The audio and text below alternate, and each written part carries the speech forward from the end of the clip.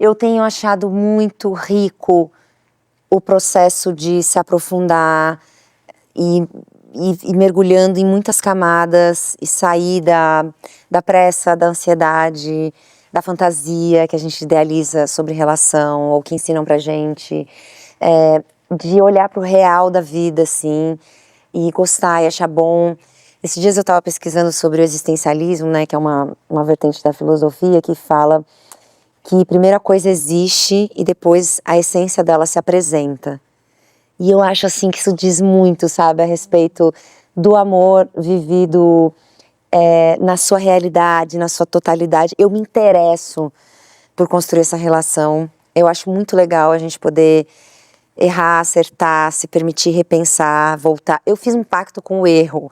Acho que a gente tem muito medo de errar, acho que a gente tem muito, né? Isso é o máximo. Cara, e acho que isso mudou minha vida, sabe? E acho que muito da relação tem a ver com isso, da gente poder retomar.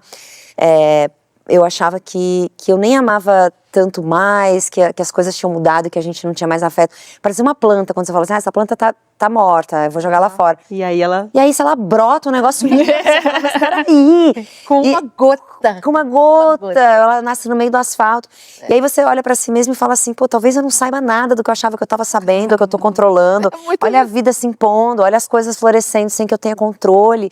E esse cara é maravilhoso, então assim, vale tudo, vamos tentar, e análise de casal, e conversa. A gente tentou se separar, a gente não conseguiu, é uma separação fracassada. Maravilhosa! E porque a gente não conseguia, eu tinha uma admiração, eu tinha uma atração, eu tinha uma coisa...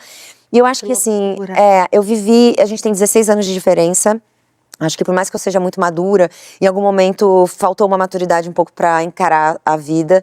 A gente pegou a pandemia, meu filho tinha 3 meses quando a pandemia começou. Nossa. Então viver ali naquela casa, nossa, que foi muito bom porque a gente pôde cuidar, mas também era um pouco sufocante aquela realidade.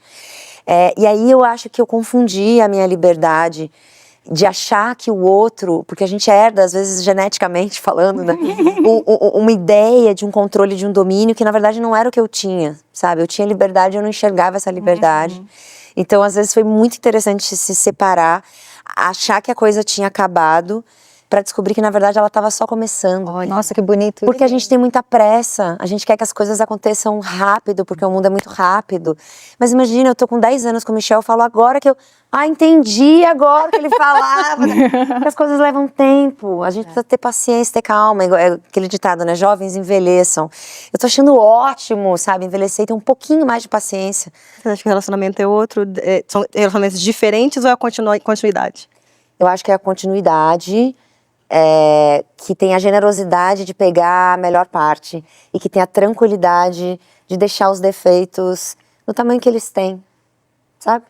O quão profundo é a fala de Letícia Colin nessa entrevista.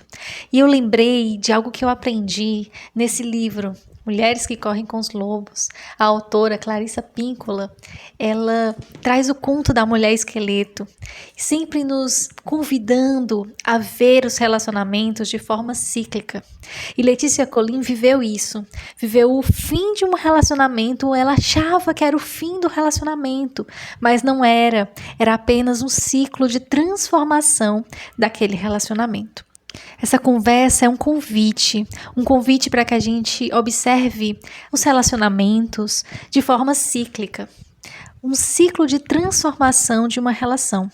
Porque não somos os mesmos do início de um relacionamento ao fim de um relacionamento. Nós não somos os mesmos, muito menos a relação é a mesma.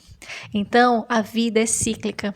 Então, isso que significa que vai haver, sim, algum aspecto de morte, que é necessário olhar para esse aspecto que está chegando. Sabe que muitas vezes quando a gente está muito tempo se relacionando com alguém, a gente consegue olhar os defeitos. No início a gente não vê os defeitos. No início é um encantamento, no início é paixão, é tudo lindo. Mas durante alguns anos de relacionamento, os defeitos, as manias vão aparecendo. É inevitável. E em algum aspecto a gente vai se deparar com essa mulher esqueleto que nos convida a deixar morrer não a relação, mas deixar morrer as ilusões, as expectativas rasas, essa ideia do felizes para sempre, de que sempre essa relação vai ter só aspectos positivos. É isso que tem que morrer. É isso que precisa ter um fim para uma transformação dentro de um relacionamento. No livro Mulheres que Correm com os Lobos, tem essa seguinte frase: o desejo de forçar o amor a prosseguir somente no seu aspecto mais positivo é o que faz com que o amor acabe morrendo e para sempre. Não é deixar que as ilusões vão embora que vai fazer esse amor morrer. Às vezes a gente perdeu essa admiração no outro, perdeu aquela paixão e acha que o amor está morrendo. Na verdade, não. Na verdade, você pode abrir espaço para algo novo emergir. É porque a gente tende a achar que a relação tem que ser sempre positiva, é um segurando na mão do outro, é um sempre ali. Não, existe dor dentro da gente. Em algum momento, a gente vai se deparar com a dor do outro e a nossa dor, as nossas feridas. E a gente tem que olhar para isso. A gente tem que encarar isso de frente. A realidade não é feia nem bonita, a realidade é a realidade. E a gente muitas vezes não aceita a realidade como ela é. Outra coisa que a Letícia falou, que achei muito interessante, essa questão da generosidade de olhar para as coisas boas, para a melhor parte, né? E também olhar para os aspectos negativos, no caso os defeitos, do tamanho que eles são. Porque em algum momento a gente aumenta os defeitos. A gente reclama, quer que o outro mude, o outro não muda. E não tô falando em relacionamentos tóxicos, abusivos, né? Eu tô falando de relacionamentos de pessoas que de fato se engajam, né? Querem que a relação continue e permaneça, né? E às vezes a gente aumenta esses defeitos e não olha com generosidade para as coisas boas, né? E reclama, quer que o outro mude. Não. Tem que ter a paciência, como Letícia falou, paciência de perceber que as coisas têm o seu tempo, né? E o seu tempo é o tempo do outro é outro tempo, e ter essa generosidade de entender que cada um tem o seu processo e o relacionamento também tem o seu processo. Por isso, muitas vezes, para a relação ter continuidade, a gente tem que abrir mão de alguns aspectos dentro da gente que precisam morrer.